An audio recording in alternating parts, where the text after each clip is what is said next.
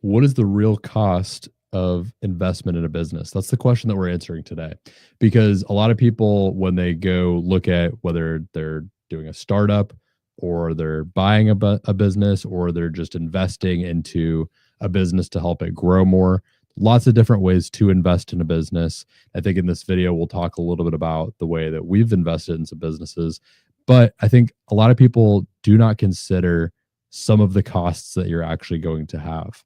And I'll use an example that we ran into recently. I mean, we made an investment towards the end of last year in a dumpster rental company, kind of a joint venture startup type of thing, where we're renting dumpsters out and also doing some junk removal. Now we're even doing some land clearing. And to be honest, we underestimated how much it's going to take to really get it started off strong. It just takes a little bit more capital than we realized to get started. So now we're in the process of also, thanks for tuning in, Nick. Glad you're on, and hopefully you're sticking with us. We are doing fantastic today, and we're glad to have you here. And it's funny that Nick is popping in here because he's actually helped us a little bit with the dumpster rental business. Shout out, Nick. But with the dumpster rental business, we put in about $100,000 to get everything started. We bought a roll-off dump truck that was in good condition. We bought a couple of dumpsters, and then we put in some more cash and bought more dumpsters. But we also had things like we had to buy paint, we had to buy supplies, we had to pay some payroll for like our driver to get started. We had all these different costs that came up that started burning our cash flow quicker than expected. We actually did really well the first month of operations, but because we're reinvesting that money into new dumpsters and new people, new systems, all this stuff, CRM, insurance, all these different things that add up that you don't necessarily think of and anticipate, it needs more cash to really get started as fast as we want it to. And so now we're looking at putting more cash in, whether that's coming out of our own pocket, bringing in investment.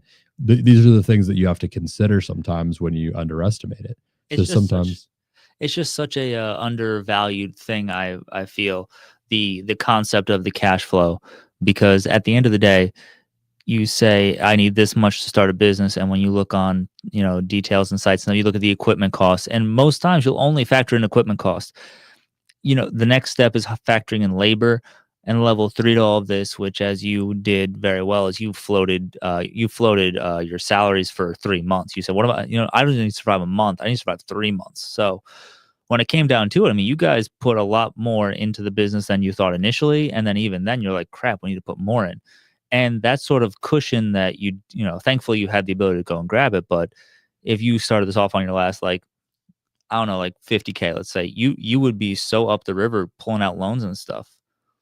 That's the thing. Yeah. And it's not that the business isn't working either. It's just that, it really depends on what kind of business you're getting invested into. Like, is it something that has very heavy, like, startup capital costs, or is it something that you can get started for very little? I mean, with this dump truck business, I mean, we had to buy a $75,000 dump truck.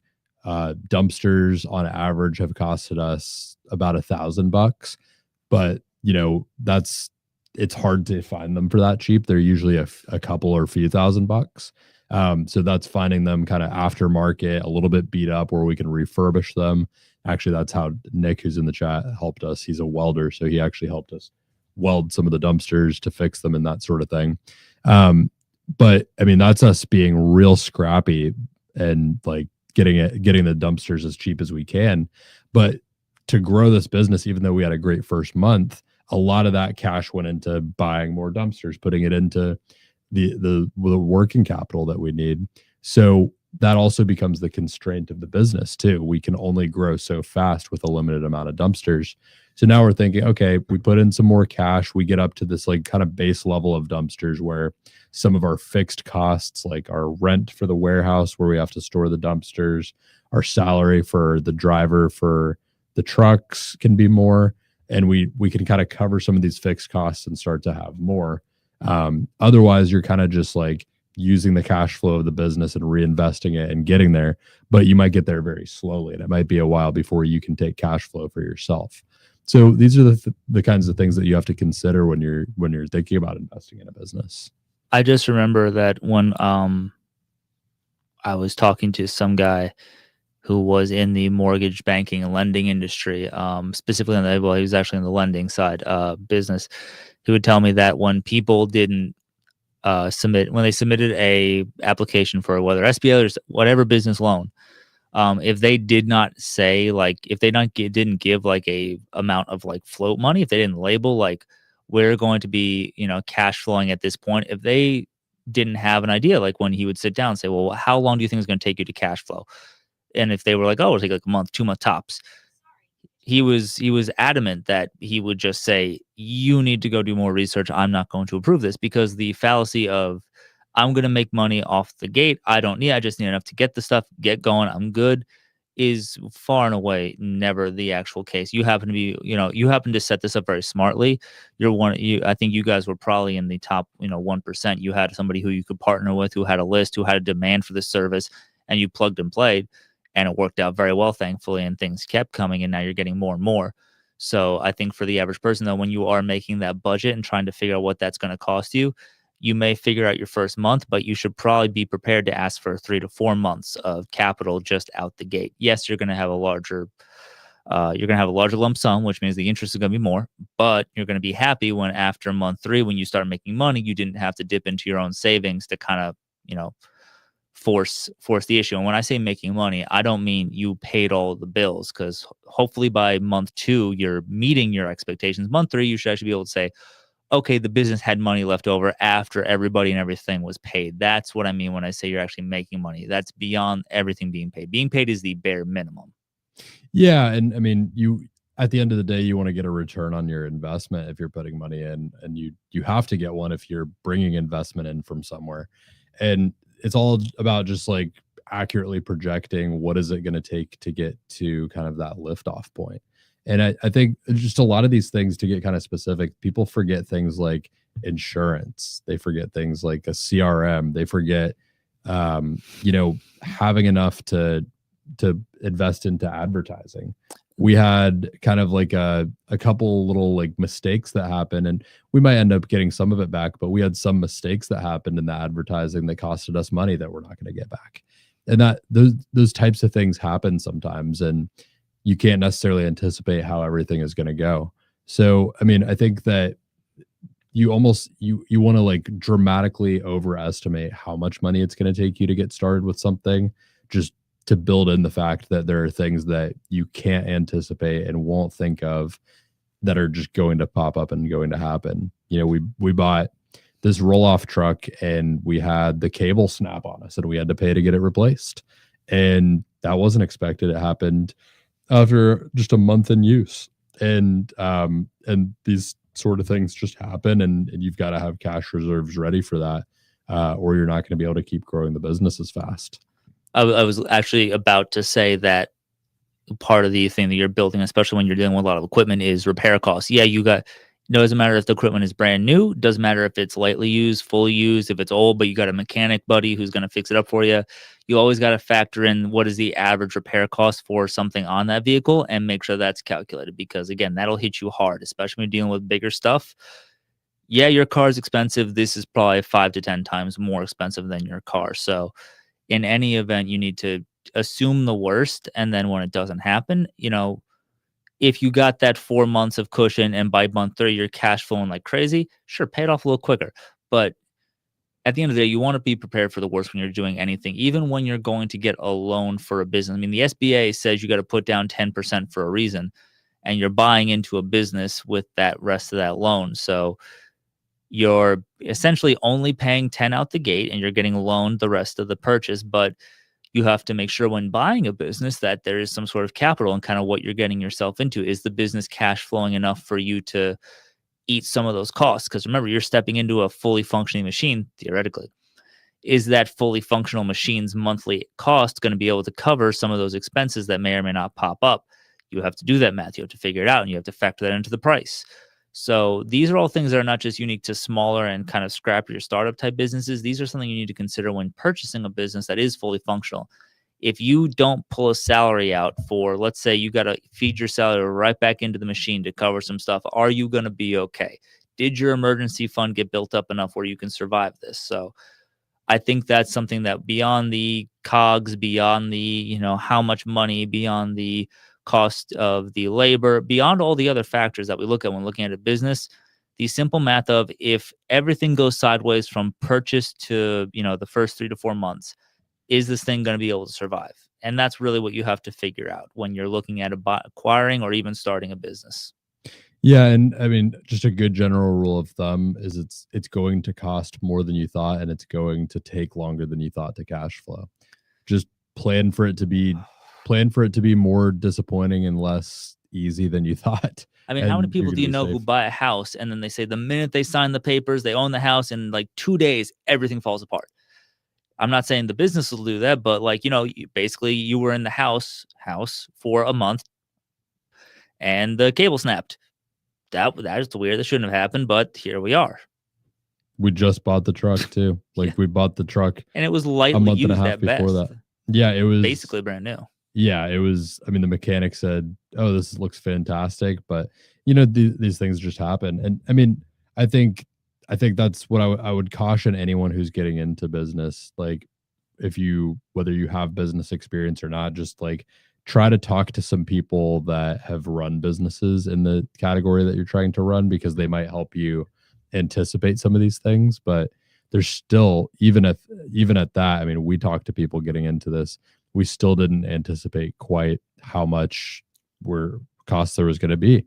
But now we're in a good position too, though, because we've got dumpsters that are getting rented out regularly. They're just on site, getting dumped and returned, a couple times a month or something. And we're putting ourselves in a good position to have cash flow in the long term after some of the startup cost is recouped. But like Ryan said, if you haven't planned for that, if you aren't prepared to be able to stomach that, then you could get yourself in trouble fast when it doesn't work out. I mean, I think if you talk to business owners, which is very important, even if they're not in your industry, just asking about the experience of running and owning a business.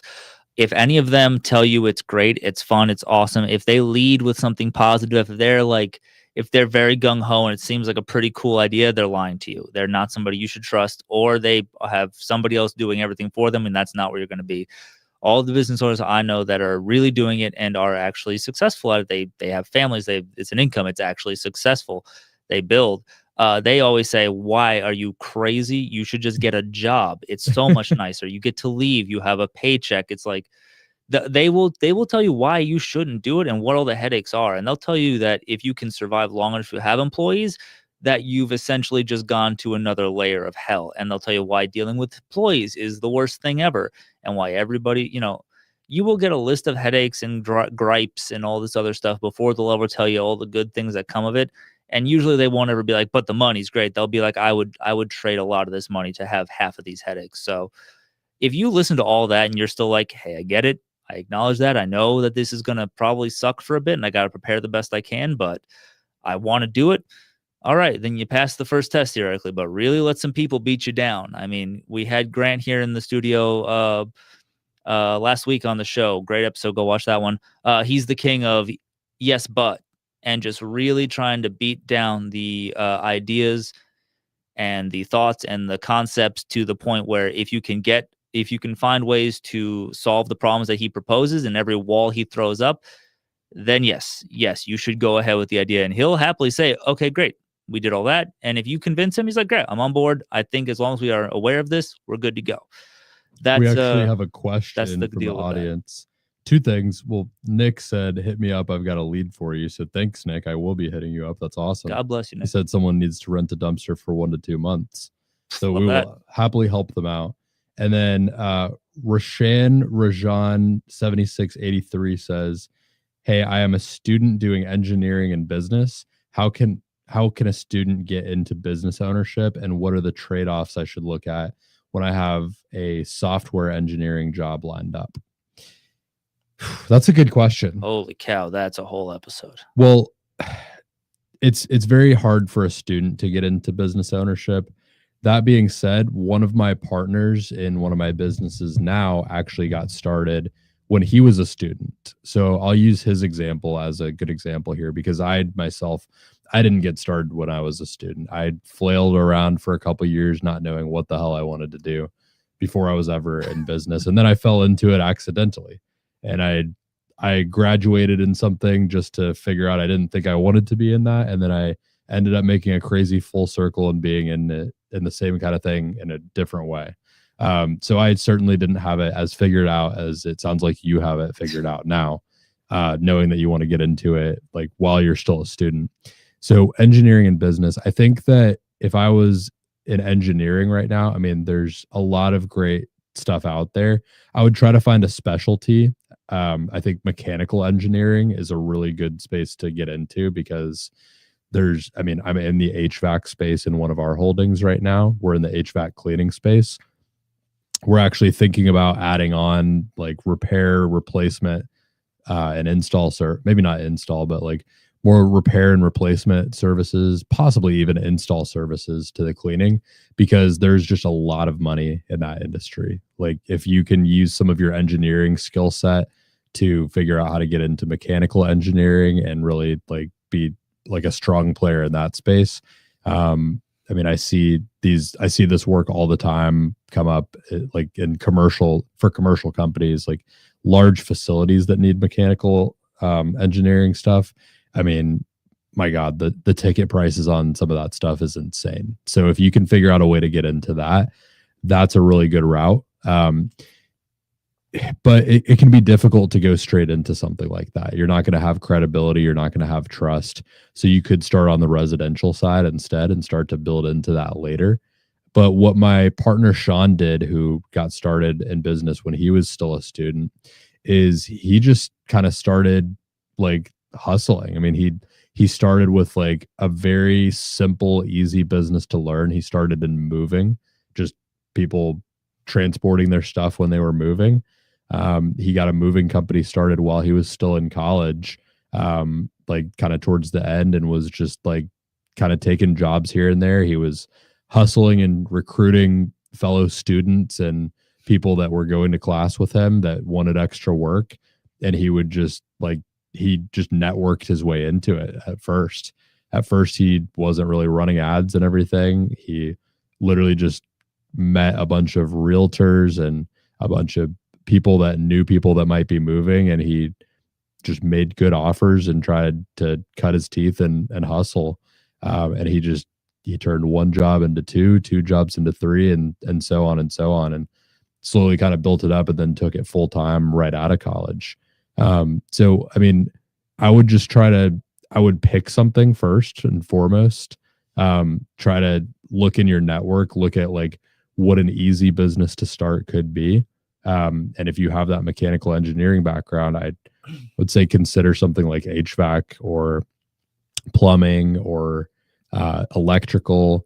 And you got to just start trying to find jobs, and maybe find jobs that you can subcontract out at first.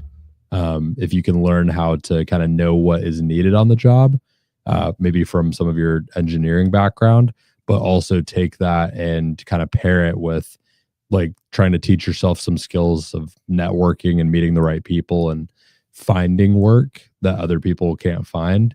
That's when I think you could really get something going. Hopefully that helps. I mean, I would say figure out what you want to do with what lane of business you want to be in. You got software background. Do you like software? You want to build software? Yes or no?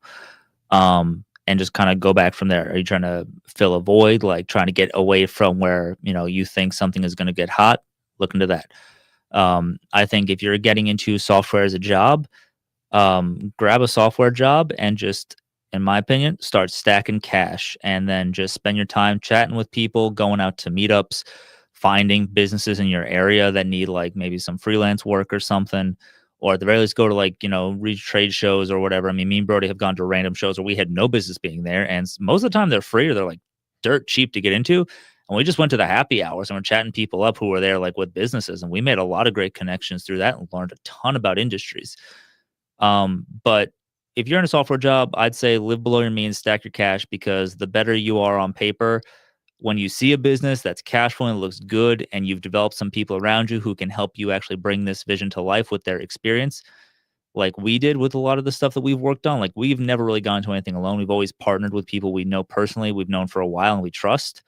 If you can get that loan with that cash and have that down payment ready, you'll be pretty easily lendable, but to a lot of people, you'll be able to buy something that's fairly large and fairly good to cash flow with. So you shouldn't have too much trouble. But if you want to start up, that's a whole nother conversation, and you should probably pick an industry first. But if you're just looking for something to get into, stack your cash, do your research, meet your people, and kind of collect a tribe of sorts. That would be my opinion. It depends how demanding this software engineering job is too. I think Ryan's advice is good advice because it's going to be tough to know exactly what you want to do, like Sean did that I mentioned, like right out of college or during college.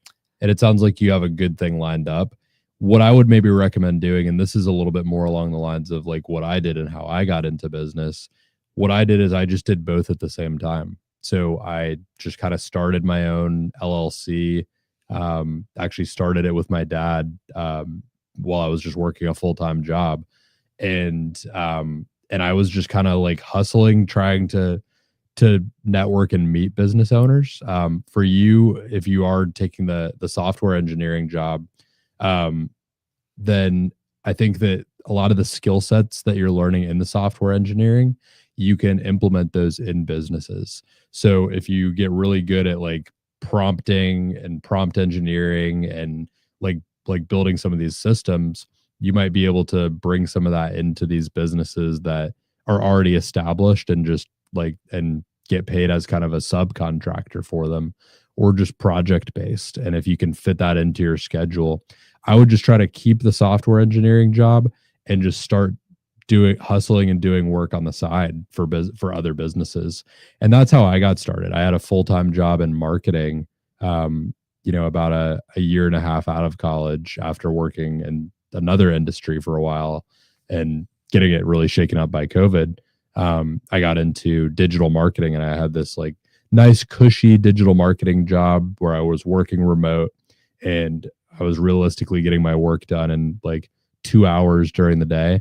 And so in the rest of my time, I was just out there networking, talking to people, trying to meet business owners and trying to find a route to help them and get paid for it. And I was charging dirt cheap prices because I could afford to. A lot of the times I was just doing stuff for free. But I mean, I was doing stuff as simple as like teaching people how to build an invoice online when they didn't know how to, or helping someone build one web page, or helping someone set up an email marketing stack, and just trying to get my foot in the door somehow with some of the skills I had learned. So, I mean, if you're getting into software engineering and you've got a job lined up, you obviously have some skills. I would try to just start networking with business owners and maybe just do stuff for free at first. Like just offer like, hey, I'm just trying to build my portfolio up a little bit. Can I build you an app that can help your business for free? And you just make a video saying whether it sucks or it's really good, and then use that video to leverage into the next and the next. That's kind of how I got started, to tell you the truth. And my first business that I was like real business that took off, that I was an owner of, was just with partners that I met doing all of that stuff. Looks like we've got some follow-up here. I would just say keep us posted. We do this every week. We'd like to hear more. We'd probably like to talk about this a bit more with you. So yeah, we do this every week on Tuesday nights. So please tune in and continue asking questions. These are fantastic questions. He said, I met someone that wanted to invest in my business opportunities.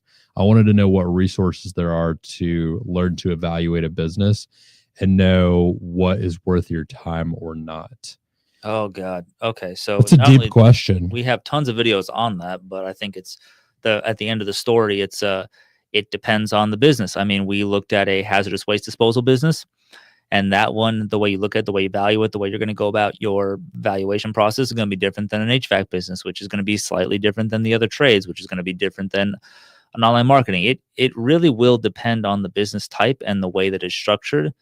And then to a smaller degree, and correct me if I'm wrong here, Brody, it's going to depend on who you know, in the sense of not like in the sense of the corporate who you know will get you the job, but do you have enough connections in this line of work where you could be a subcontractor for people who will need this service or know people needing the service? Because that will certainly sway how the valuation will look in your eyes and how aggressively you're going to be willing to pursue this. I'm also going to give you a link to join our call that we have on Wednesday nights in my private group. Ryan's on there a lot too. I'm going to put the link for tomorrow night in the chat here in case you want to save it, because this is like the exact kind of thing that we talk about. It's called the round table. We do it every Wednesday night. And if you like it and you want to join, we can talk about that from this one, but just join this one on the house because I think you might enjoy it, and we can get really deep into your situation and like have you actually like join the call and give some more context and hopefully help. Because I think it sounds like you're in between. Do I kind of start a business? Do I buy one? He also asked, is it worth it to connect with business brokers, or is cold approach better? It's a tough question. It depends what you have time for. Cow. Ryan is facing this exact question right now. Ryan I'm not facing it. I'm taking it to the face right now. Ryan is taking it to the face. Yeah, he's talked to a lot of business brokers. I am on a first name basis with most of the ones in Orlando at this point. He is, and it's been brutal because just stuff is changing all the time. You got to figure they're marketing to a bunch of people, so like you're getting like half pieces of information. Like a lot of times they're trying to manage multiple listings, and I mean it's hard. It's a viable strategy and it can work, but I think you need to know exactly what you want in either case. I have a strong preference for not going through business brokers and going off market, because that's what's worked for me and where I've found better deals. But that takes a lot more work, to be honest. Look, I would say do it. Get your feet wet. Get beaten up by some brokers and get beaten up by some clients. I mean, you're just going to learn how to ask questions. You're going to learn how to value stuff. You're going to learn what your will and won't do. I do think there are good brokers out there. There's plenty of them, and there's plenty of good businesses with brokers. It usually is a bit more difficult because at the end of the day, that broker is getting that commission. So sometimes price negotiations can be more difficult because they don't want to get cut on their part of the deal. So I would say it's good to exercise that muscle of valuation and kind of learning what to ask and how to get the information. I think it's a valuable thing to try. Obviously, an off-market deal is always going to be a little easier to have the conversation, get the one-to-one information, so to speak. But with a broker, you do have a bit of a shield where they'll normally kind of get through they'll normally make all the stuff nice for you that maybe the business owner hasn't with like financials and stuff. Cause sometimes these are just guys writing stuff down on some copy paper and throwing it in a box and sending it to the IRS. So you do get a bit of a nice breakdown with these guys. However, they're salesmen at the end of the day, and they are trying to sell a bunch of different businesses. So I've had conversations where they just flat out do not remember information that I asked for. I'll ask the seller something and they'll say it, and the business broker will be like, wait, I didn't know that.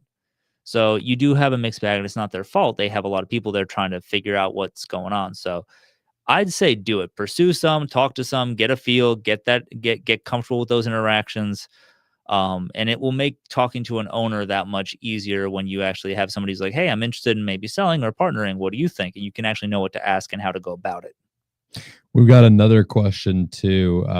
We had someone ask kind of two-parted question. He said, can you explain the hiring process to find employees?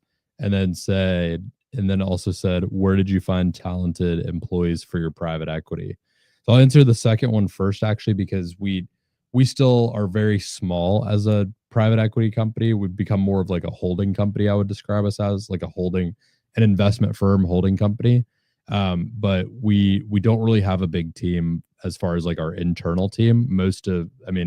We have really one employee right now. And he came from our personal network, and then a virtual assistant as well. But the way that we, like, whenever we're hiring someone that's not in our immediate network, which like we'll usually look to our immediate network first and see if someone is a good fit. But when we're hiring someone who's not in our immediate network, which is much more common, my process is exactly this. I go to where the people are already hanging out, whether it's Indeed, it's Upwork. I like Upwork for virtual assistants, meaning someone who's maybe in a different country or a different area to you, who's just only working on a remote basis, just online with you. We have a virtual assistant in the Philippines that I found that way. And then I'll use another example. If I'm hiring someone who's like in town, usually I'll go to Indeed. So I go to the place where they are. I create a very detailed job listing and posting, and I put that out, and I'll usually boost it a little bit on Upwork or Indeed. You can basically boost the posting so that it's just reaching more people. And this is a really important thing that a lot of people don't talk about. But when I'm going to take that posting live, I block off some time. I want to leave time in my schedule for like the few days after that goes live, because every day that you have it boosted and you're getting views and you're getting applicants, you're using money to do that. You're on the clock. So I want to block off some time to be able to communicate with people quickly, talk to lots of people, and it's a volume game. Like you want to talk to as many people as possible. For a virtual assistant, I don't necessarily interview everyone. If it's like a simpler position like that, you just want to find someone who's detail oriented. So I'm putting like little traps in the job listing where like, unless they read the whole thing, they're not going to pass through all the checks and balances. Like, put what color is the sky somewhere in the middle of the listing. And if they don't answer that in their response, then disqualified. And you just like kind of look for detail orientation. But for like a higher level position, maybe something skilled, I just hired a truck driver for our dumpster business a couple of weeks ago. What I did for that is I posted the job listing. I got about 60 applicants. I messaged every single one of them within like 12 hours of them applying. So that's why I blocked off the time. I was messaging them, communicating very quickly. I had very templated messages that I was sending out to streamline the process so that it didn't take a lot of like sending the same message over and over again for me. But that helped me kind of get in touch with everyone. And because we had so many applicants for this one, I pushed everyone to one of 3 group interviews. So I held 3 group interviews over the course of 3 days, 2 on one day, 1 on another. And I just talked to these big groups of people, and I looked for kind of who stood out in the group. And I would usually take about 30% of that group and kind of escalate them to the next stage, which was either having like a more detailed one-on-one phone conversation or video meet, or having them come in person to do an interview.